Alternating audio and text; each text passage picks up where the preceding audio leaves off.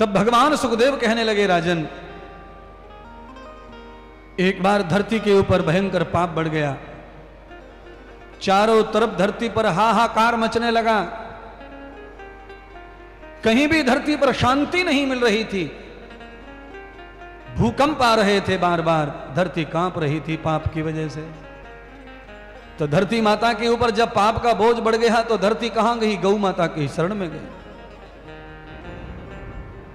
गौ माता ने धरती को स्वस्थ किया, कहा देवी धरती तुम चिंता न करो,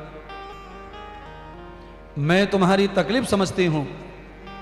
पर जैसे ही धरती गौ माता की शरण में गई तो कलयुग द्वापर का अंत हो रहा था, तभी सब तरफ से गाय के ऊपर भी आक्रमण कर दिया दुष्टों ने, लाचारों ने। गाय को मारने लगे, बैलों को काटने लगे, फिर गाय को काट काट कर खाने लगे, तो गाय भी दुखी हो गई। तब गौ माता ब्रह्मा जी के पास गई और ब्रह्मा को लेकर वैकुंठ में गौलोक में गई।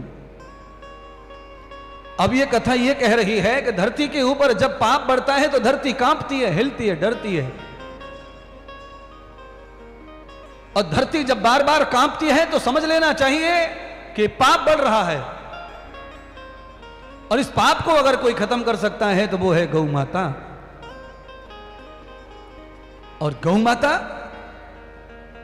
तो ये जितना पांडाल भरा हुआ है चकाचक यहां से वहां तक पूरा गांधी मैदान, इनमें से 2% लोगों के पास में भी गौ माता नहीं है।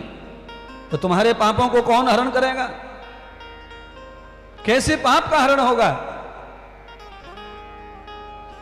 इसीलिए हर घर गौ होनी चाहिए, हिंदू के हर घर गौ होनी चाहिए। घर पर सुविधा नहीं है तो हमारे जैसे अनेक महात्माओं ने बड़ी बड़ी गौशालाएं खोल रखी हैं। आपके नाम की एक गाय उस गौशाला में रखो, हर साल चारा भिजवाओ, हर साल ढेप भिजवाओ, खरी भिजवाओ, चुनी भिजवाओ, कुछ भी कमा कर 2 रुपए बचाओ, पेट में से 1 रुपए बचाओ गुल्लक में डालकर गाय के नाम का।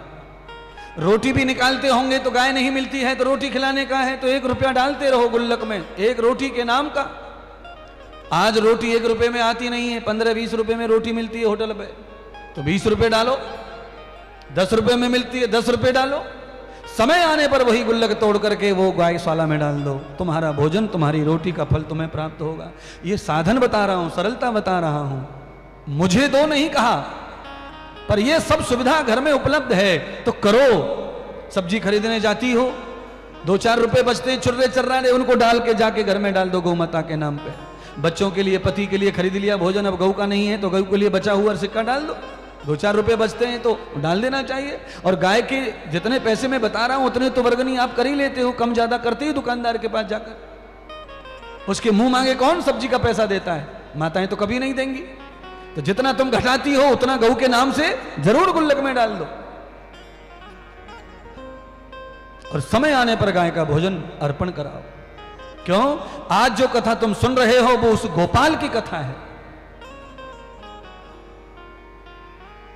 यदा यदा हि धर्मस्य ग्लानिर्भवति भारत अभ्युत्थानम् अधर्मस्य तदात्मानं सृजाम्यहम्।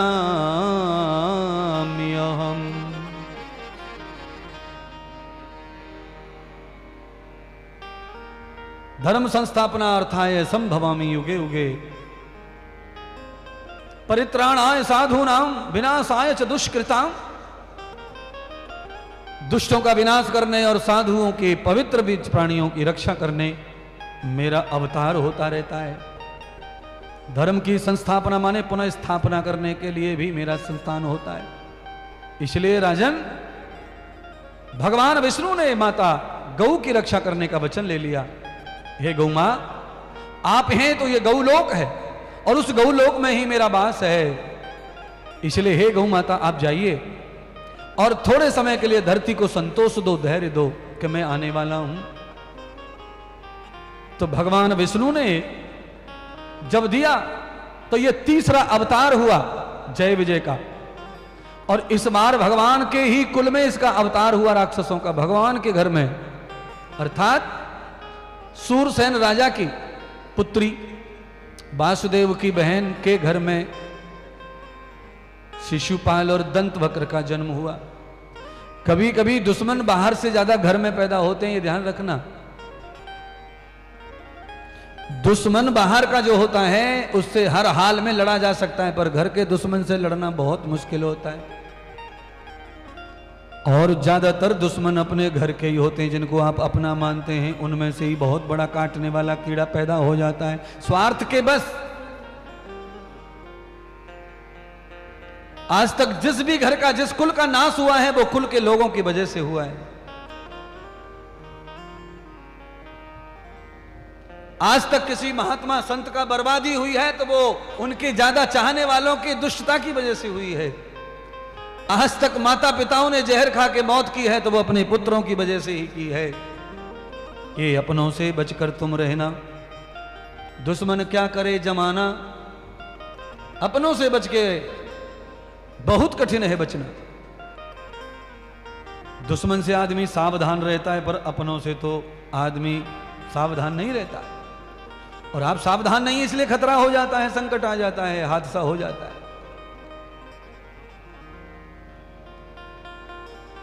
गौ माता धरती पर आ गई और धरती को समझाने लगी, देवी बस थोड़े ही दिन में आगमन होने वाला है तेरे पापों का अंत करने वाले का। तेरा धर्मपति आएगा, पालनहार आएगा और मेरी सेवा करने वाला आएगा। सारे देवताओं को पता चल गया, भगवान ने घोषणा कर दी है धरती पर जाने की, पाप लोक में, मृत्यु लोक में, भोग लोक में जाने की, मानव लीला करने की भगवान ने घोषणा कर दी है। भगवान ने घोषणा कर दी कि भाद्रपद की अष्टमी को 12 बजे मेरा आगमन होगा। मथुरा के राजा उग्रसेन की पुत्री के निमित्त मेरा अवतरण होगा। और भगवान ने पहले ही कह दिया कि मैं जेल में अवतार लेकर आऊंगा, मैं बंदी में, बंधन गृह में रहकर जन्म लूंगा।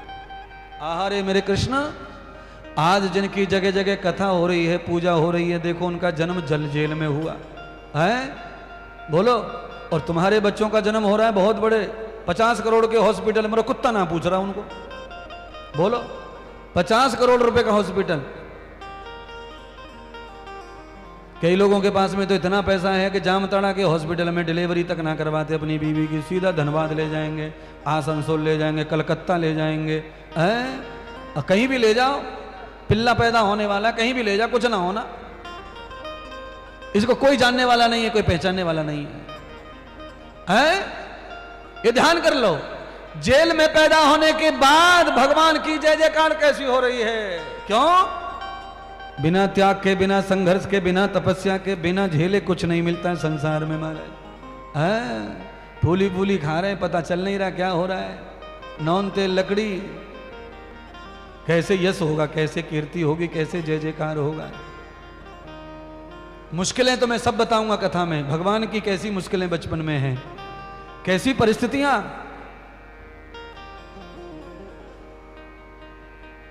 ब्रह्मा के बड़े पुत्र मनु और शत्रुपा ने तपस्या की, उसी तपस्या का फल है कि आज वही भगवान कृष्ण के भी माता पिता बने हैं इस युग में आकर महाराज। तपस्या का फल है। देवकी का विवाह हुआ वासुदेव जी के साथ। देवकी को विदा कर रहे हैं सब देवता। मथुरा नरेश वसुदेव लेकर जा रहे हैं देवकी को पत्नी बनाकर।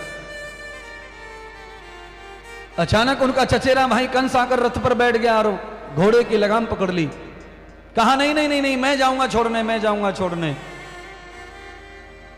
वैसे कंस जब रथ में बैठा तभी सबको सगुन हो गया था कि अब कुछ बुरा होने वाला है। क्यों? कंस के बारे में बचपन से ही मथुरा में पता था कि इसकी सकल सूरत जो देख लेगा उसका काम बिगड़ जाएगा, यह दुष्ट है, लाचार है। बचपन से ही निकम्मा था। किसी किसी आदमी की परछाई में इतना दोष होता है कि पेड़ तक को सुखा डालता है। किसी किसी आदमी की परछाई इतनी दुष्ट होती है कि अचार को सड़ा देती है, अचार को फफूंदा लगा देती है। हमारा गुरुजी आप तो सब जानते हैं, आप सही बता रहे हैं। हमारी सासू माता भी ऐसा बताया करती थी पहले कि बुरी परछाई से अचार भी खराब हो जाता है, बुरी परछाई से पेड़ पौधे भी सूख जाते हैं। इसीलिए दुर्जन आदमी की परछाई नहीं पड़नी चाहिए तुम्हारे ऊपर, नहीं तो तुम्हारा शरीर नष्ट भ्रष्ट, बुद्धि खष्ट भ्रष्ट हो जाएगी। बचो। दुर्जन की संगत बुरी, भलो साईं को त्रास। भगवान चाहे कितना भी त्रास देवे तो भी भगवान को ही पकड़ के रखो। और दुष्ट आत्मा मित्र चाहे तुम्हें सोने की रोटी खिलावे, उसे बिल्कुल मत पकड़ो, क्योंकि वो पग पग पर सताएगा और भगवान 2-4 दिन तकलीफ देगा, बाद में गोद में खिलाएगा, प्यार करेगा, मोहब्बत करेगा। इसीलिए अपने साईं माने भगवान, अपने इष्ट से चाहे जितना मार खाओ पर संग भगवान का ही करो।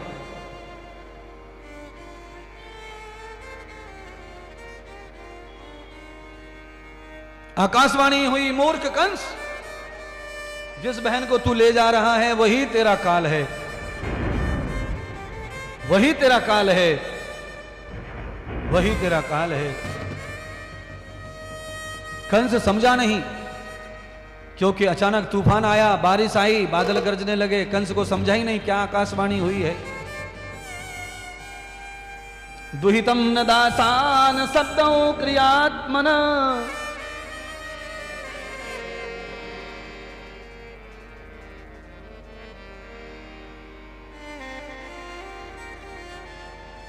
दूसरी बार आकाशवाणी हुई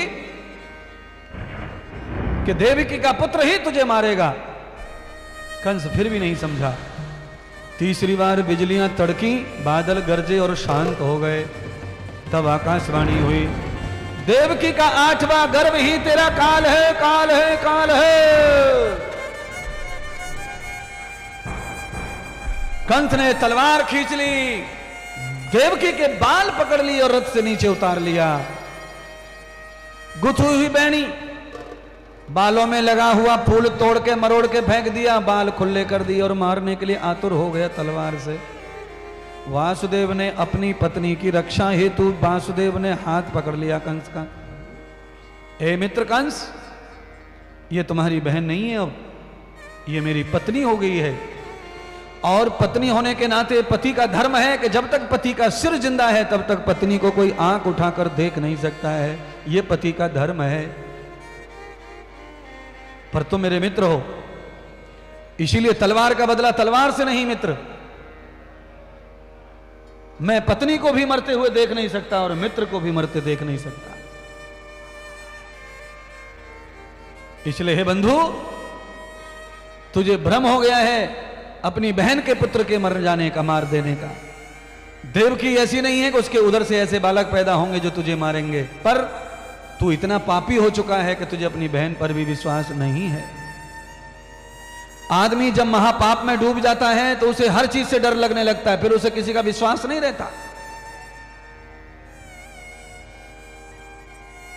और विश्वास की कमजोरी ही बताती है कि इनके अंदर कोई पाप सता रहा है।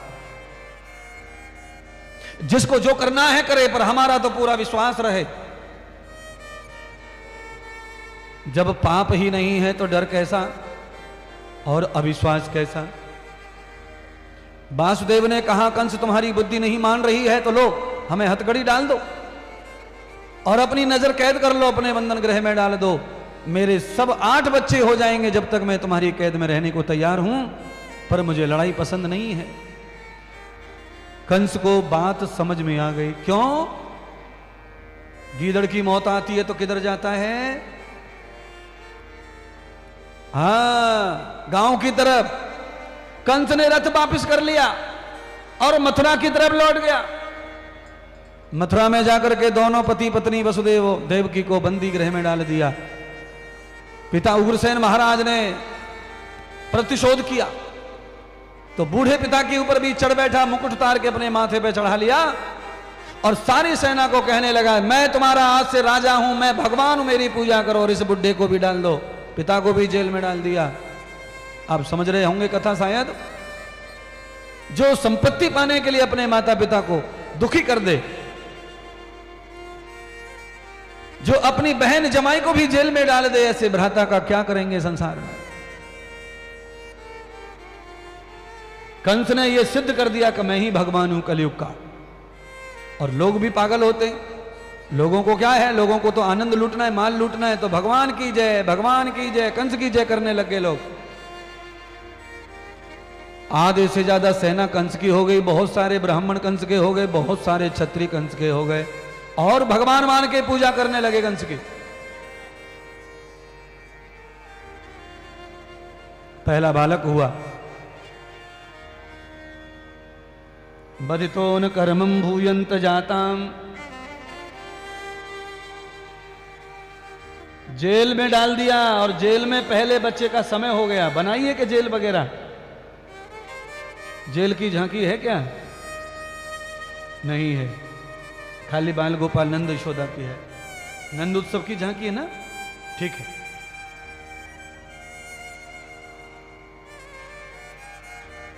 पहले बच्चे को जन्म हुआ, और पहले बच्चे के जन्म के साथ ही वासुदेव जी ने नियम का पालन करके पहले बच्चे को कंस को दे दिया। कंस ने पहले बच्चे को गोद में लेके मारने से कंस के मन में डर पैदा हो रहा कि बाल हत्या हो जाएगी, और पहला बच्चा तो मेरा हत्यारा नहीं है, मेरा हत्या करने वाला तो 8वां है। अगर मैंने पहले भांजे को मार दिया तो भांजा और भांजी को मारने का तो महापाप लगता है, गौ हत्या लग जाएगी। इतनी ही देर में नारद आ गए। नारद ने कहा, अरे मूर्ख, आकाशवाणी सुनी है, एक एक करके छोड़ दोगे, 8 हो जाएंगे, फिर समझेगा ही कैसे तुझे कि 8वां कौन सा और पहला कौन सा? इधर से गिनेगा तो इधर 8वां, इधर से गिनेगा तो इधर 8वां। नारद जी ने ऐसा चक्र डाल दिया पापी के पेट में कि घड़ा भर जाए जल्दी से और भगवान आ जाए धरती पर। कंस ने देवकी के बच्चे को पत्थर से कुचल के मारा बंधुओं, इतना दुष्ट था कंस।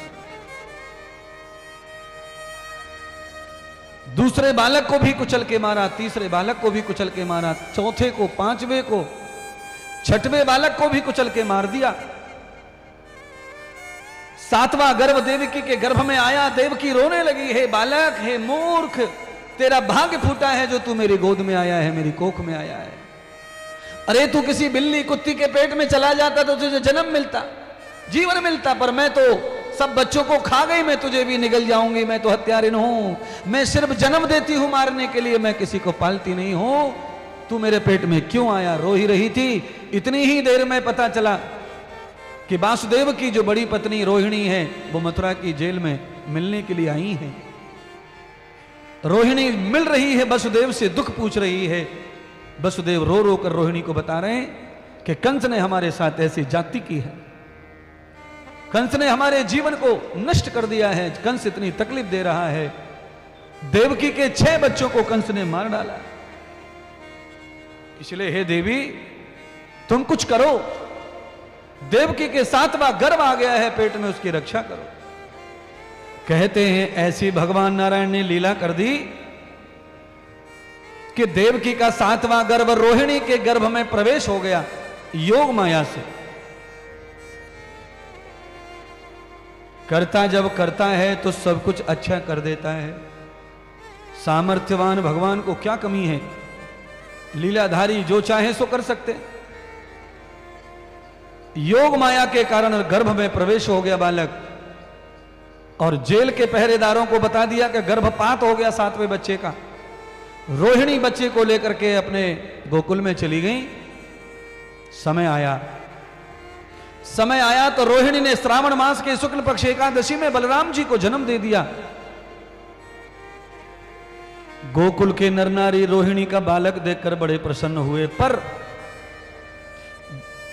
यशोदा मैया की कोख में बालक नहीं है, उम्र ज्यादा हो गई है। और आज रोहिणी के गर्भ से बालक आया तो सबको आनंद हुआ, पर यशोदा मैया का चेहरा देखें तो सारी गोपियां ग्वाल ग्वाल रोने लगे। हे भगवान, यशोदानंद बाबा कितने अच्छे हैं, यशोदा कितनी साड़ियां, कितने श्रृंगार गोपियों को दान करती हैं, पर उनकी गोद क्यों नहीं भर रही है? उनके घर में लाला क्यों नहीं आ रहा है? नंद बाबा सबको आनंद देते हैं, इतने भोले सीधे, पर उनके घर में लाला क्यों नहीं आ रहा है? आपने रोहिणी को दिया है तो नंद बाबा यशोदा को भी भगवान लाला दो। गोकुल की संपूर्ण गोपियों ने 11 दिन का अखंड व्रत धारण कर लिया। अगर यशोदा की गोद नहीं भरेगी तो हम जल नहीं पिएंगे, खाना नहीं खाएंगे, बालक नहीं खिलाएंगे, और हम सोएंगे नहीं, निरंतर व्रत कर रही हैं, अखंड व्रत कर दिया। हे गोविंद, हे परमात्मा, हमारे 11 दिन का पूरा व्रत निर्जल व्रत है, इस व्रत का फल यशोदा को प्रदान कर देना। आप समझो, पूरा गांव गोल हो गया यशोदा मैया की खुशी के लिए। इतनी अच्छी कोई हो सकता है दुनिया में आदमी जिसके लिए पूरा गांव एक हो जाए? गाम करे सो राम करे, राम करे सो गाम करे। एक गांव अगर एक मुंह हो जाए, एक गांव अगर एक विचार हो जाए, तो उसके आगे राम भी कुछ नहीं है। फिर राम की बराबर शक्ति हो जाती है गांव में, जब एक विचार हो जाता है। और जिस घर में एक विचार हो जाए सबका, तो वो घर भी पूरे गांव पे भारी पड़ता है। चाहे घर में 4 ही सदस्य क्यों ना हो, पर चारों का विचार एक होना चाहिए। उस घर में भी राम आके बैठ जाते हैं अयोध्या लेके। पर जिस घर में 2 लोग हैं पर विचार मिलते नहीं, चाहे जितनी आरती गाले राम की, राम आने वाले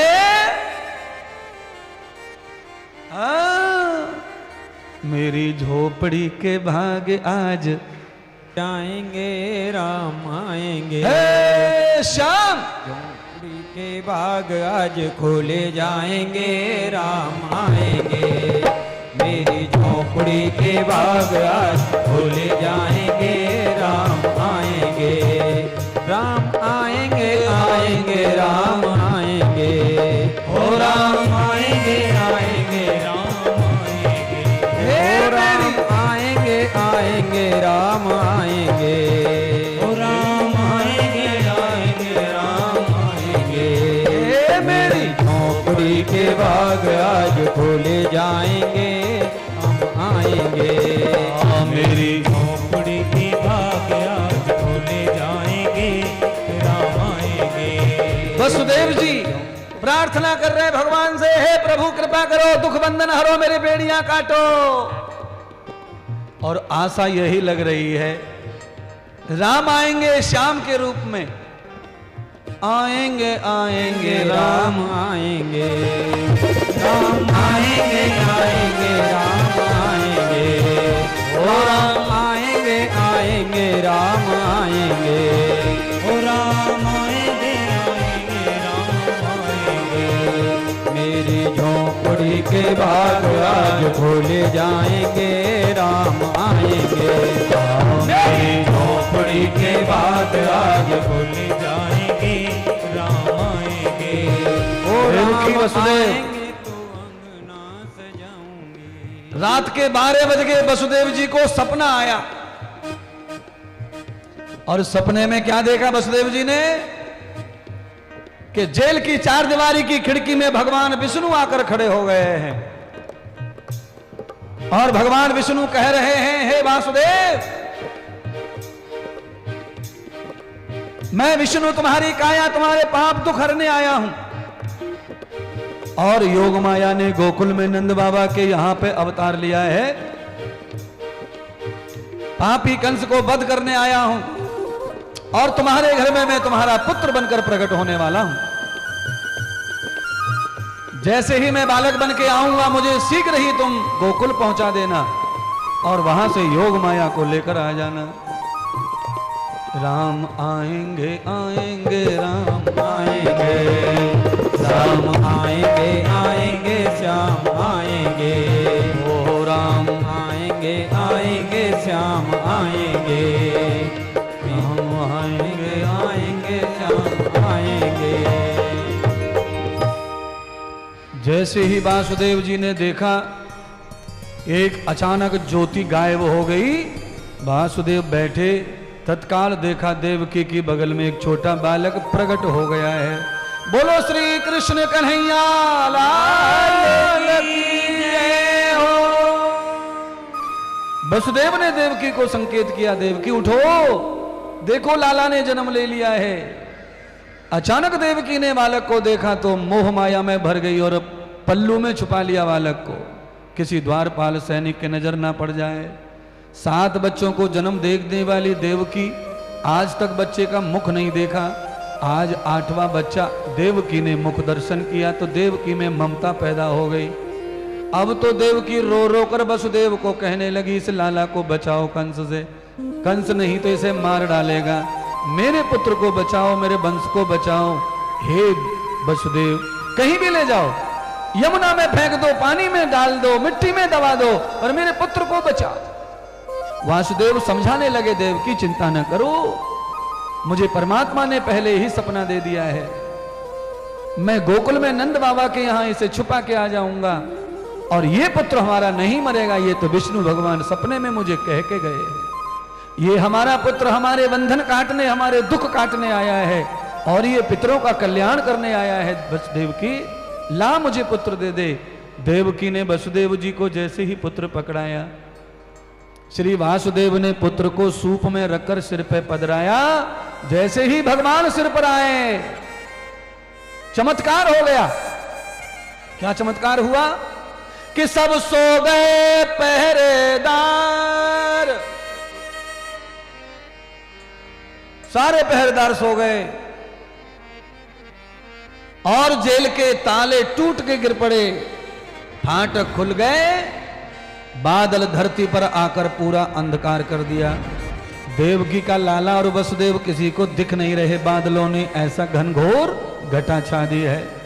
इसलिए आप देखते होंगे भगवान कृष्ण के साथ में बादल और घटाओं के अनेक गीत हैं, क्योंकि बादलों ने ऐसे ढक दिया देवताओं ने आके भगवान को कि किसी को दिख ना जाए।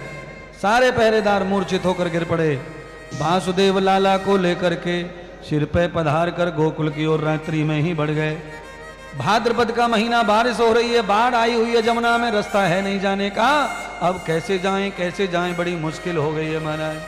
यमुना महारानी ने पैर छूने के लिए भगवान वासुदेव के बार बार होठों को चूमा। हे वसुदेव, ये मेरे प्राणपति परमात्मा हैं, तुम नहीं जानते, इनका दर्शन बिना किए मैं नहीं रह सकती हूं, मुझे दर्शन कराओ, दर्शन कराओ, दर्शन कराओ। तावतम यधार दर्शनम।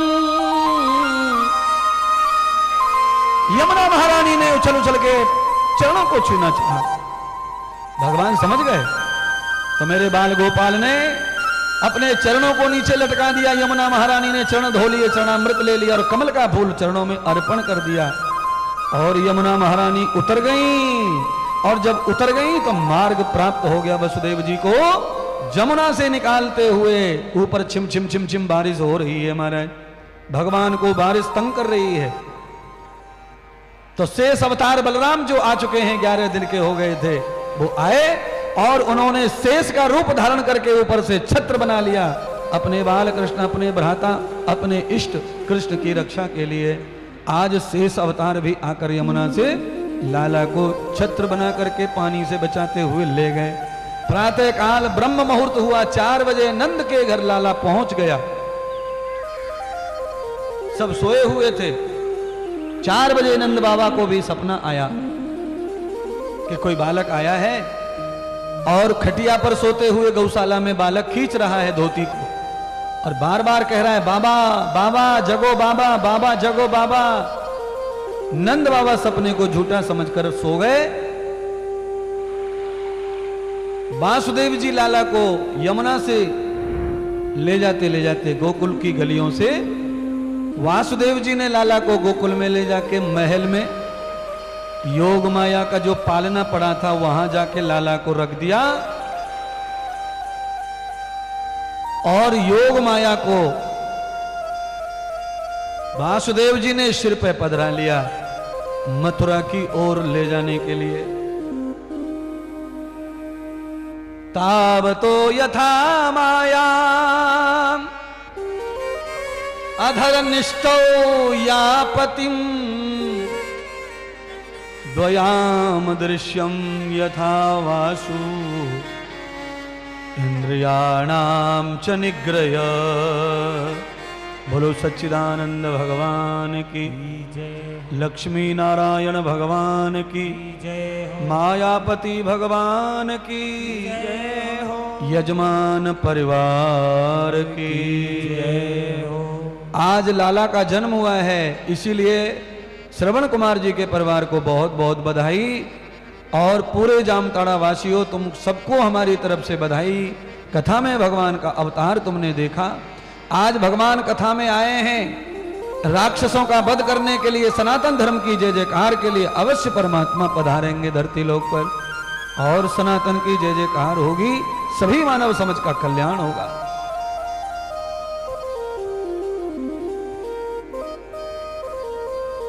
ब्रह्म मुहूर्त समाप्त हुआ।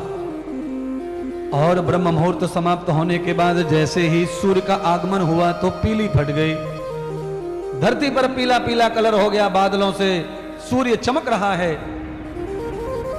नंद बाबा की बड़ी बहन है सुनंदा,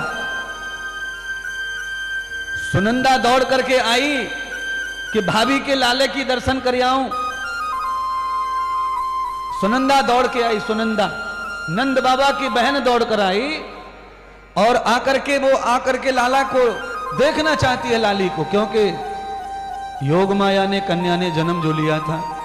पुराने जमाने में बुआ के पास में ही नए जन्म वाले बालक को 2.25 महीने 4 महीने की सेवा में दिया जाता था। ननद आती थी, बुआ आती थी, उनको बुलाया जाता था पहले बच्चे को जन्म देने के लिए। तो जैसे ही सुनंदा ने देखा कि पालने में लाली सो रही है, लाली से मिलने के लिए आई थी और जब लाली को देखा सुनंदा ने पल्लू हटाया, पदरा हटाया, आदृष्टम धर्म रक्षणाम दृश्यम योग सद्भव। जय हो, जय हो, जय हो, जय हो, बोलिए जय हो, भगवान कृष्ण कन्हैया लाल की जय हो, कृष्ण कन्हैया लाल की जय हो, कृष्ण कन्हैया लाल की जय हो, कृष्ण कन्हैया लाल की जय हो, कृष्ण कन्हैया लाल की जय हो। जय हो। सबको बधाई हो, जिनका ये बालक है उनको भी बधाई हो। इसको नशे का इंजेक्शन दिया सो रो नहीं रहा है, बधाई हो, बधाई हो, बधाई हो, बधाई हो। नंद बाबा यशोदा मैया को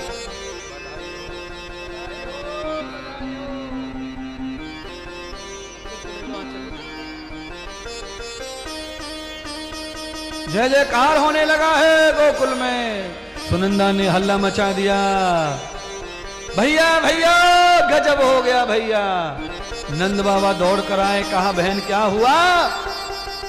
अरे बाबा चमत्कार हो गया, रात को तो लाली सुलाई थी, अब तो लल्ला हो गया, लल्ला हो गया।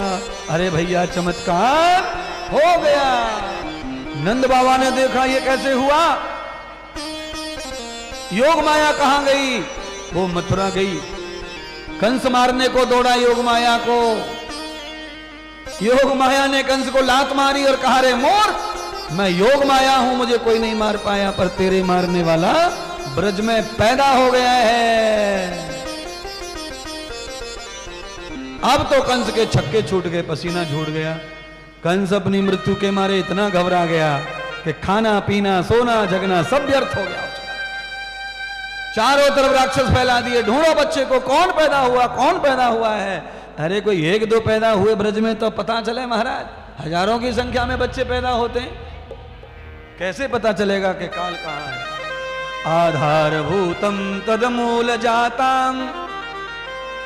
ओ भैया कैमरा वाले भैया, ओ लाला, ओ स्टूडियो भैया, शांति से चलने दो भाई लाला, प्रसारण अच्छा हो जाने दो। तुम्हारा भी करो, अच्छा करो, सबका अच्छा करो, एक ही बात है। सब लोग वही काम कर रहे हैं, अच्छे से अच्छा प्रदर्शन हो, करिए।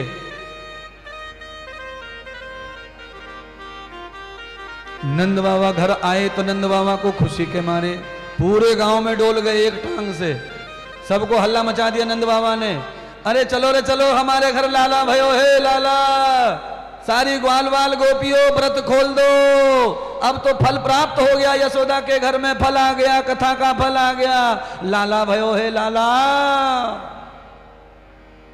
अब तो भैया गांव वालन को तो कहां हल्लो, पूरे घर के घर दौड़ पड़े, ताले लटका दिए घर में। अब तो नंद बाबा के घर में आनंद होगा, आज नंद के घर में खुशी आई है। चलिए मैं और आप भी नंद बाबा के घर पहुंचे, सब लोग मिलकर के हर्षित होकर आनंदित होकर नाचें कूदें गाएं।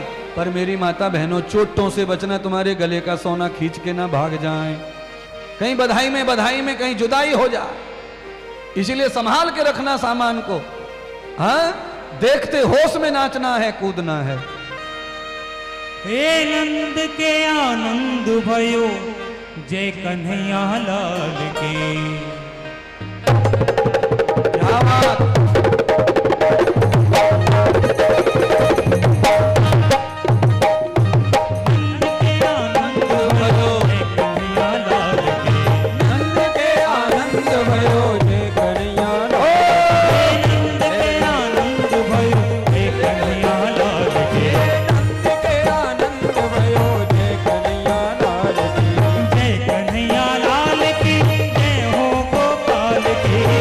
कन्हैया लाल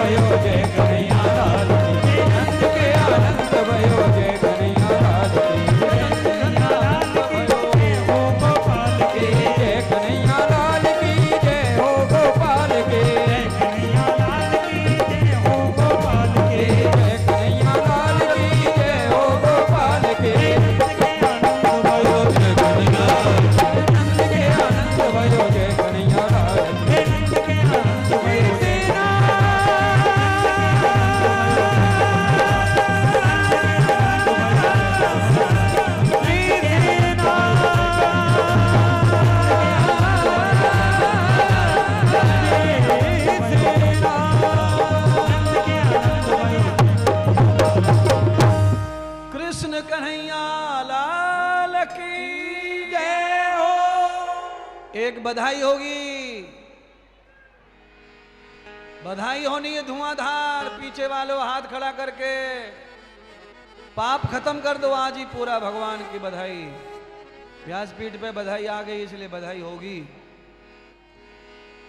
100 बार बधाई लोगों,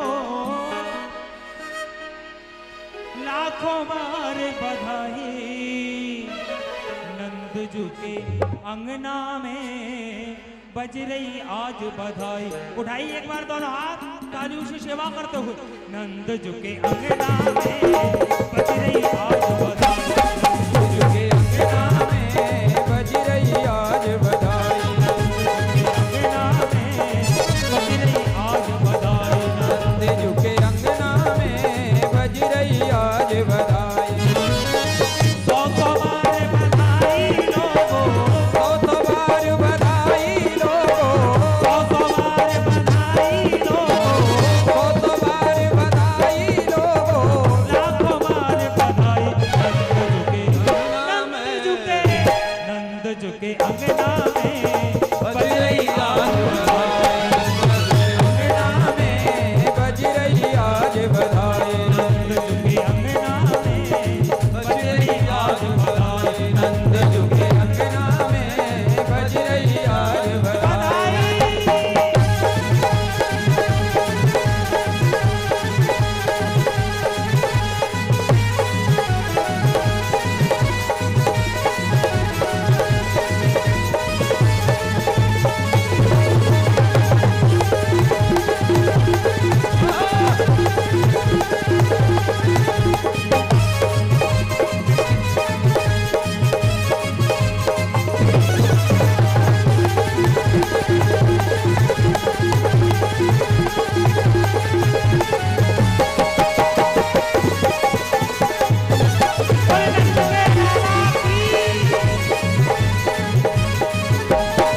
चमत्कार सा हो गया लोगों, हो गई बात निराली।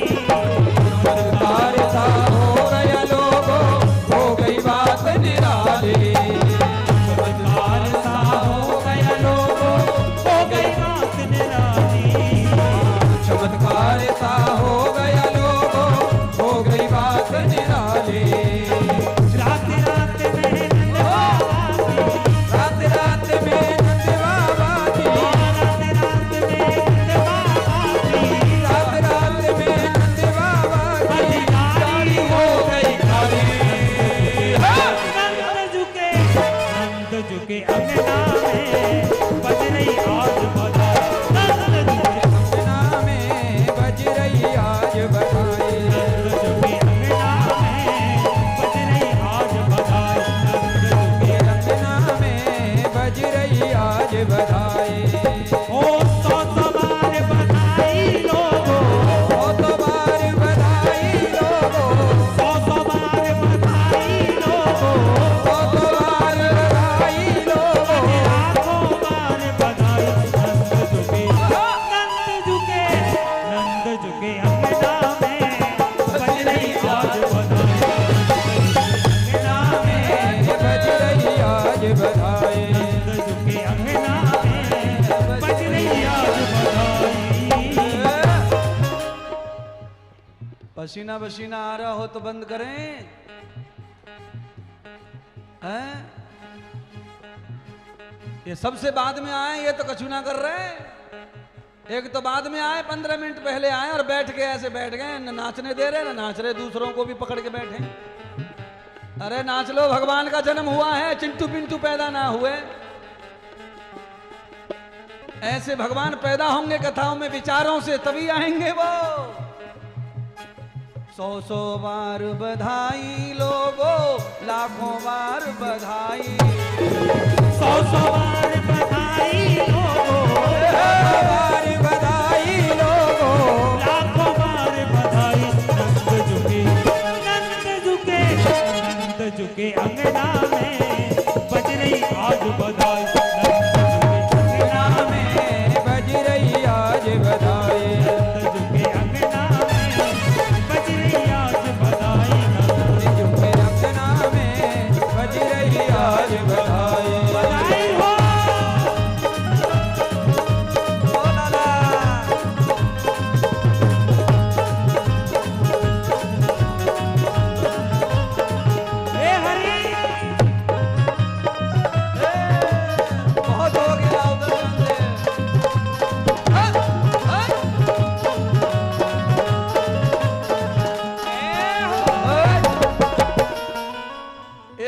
हाथ ऊपर कर लो, पीछे वालों, पीछे वालों, आगे वाले तो खूब हो रहा पसीना पसीना। हाँ